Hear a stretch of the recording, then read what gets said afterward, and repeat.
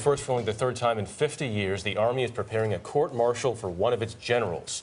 Brigadier General Jeffrey Sinclair stands accused of having an affair with a subordinate, among other charges. The case comes as the military is already facing a sexual assault epidemic. Elaine Quijano is with us and has more. Elaine, good morning. Good morning to you, Jeff. Well, the volatile but forbidden love affair at the center of this case comes just months after President Obama vowed to crack down on sexual assaults in the armed forces. It's being used as an example of how these cases will be treated from now on.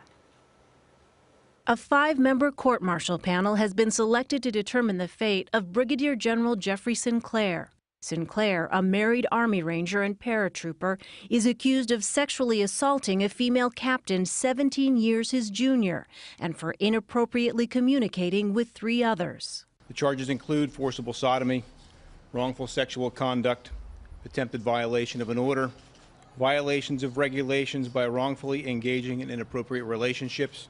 Testimony delivered by the unmarried captain last year described how the pair carried on an explosive sexual relationship in 4 countries and 2 active war zones.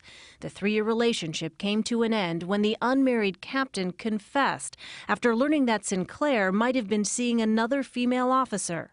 Although both parties admitted to the affair, any sexual relationship between ranks is in strict violation of military rules. The simple fact of the matter is when one of your soldiers feels like he or she is going to be a victim, she gets up in the morning and she has to start thinking about that. She's not focusing on her duty. Political pressure surrounding the case runs high. In May, President Obama publicly promised to put a stop to sexual assaults in the military. Those who commit sexual assault are not only committing a crime, they threaten the trust and discipline that makes our military strong. Sinclair has pled not guilty to all the charges, yet prosecutors say he abused his authority by sleeping with a subordinate officer.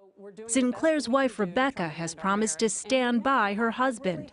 In an interview with CBS this morning, she blamed his infidelity on the stress of war. They're going to see this for what it is, and they're going to drop the charges, and they're going to let us go on with our lives. This is only the 3rd time in 50 years that a general has been subject to a court-martial. If convicted, he could face years behind bars in a military prison. Nora, Jeff. Elaine, thank you.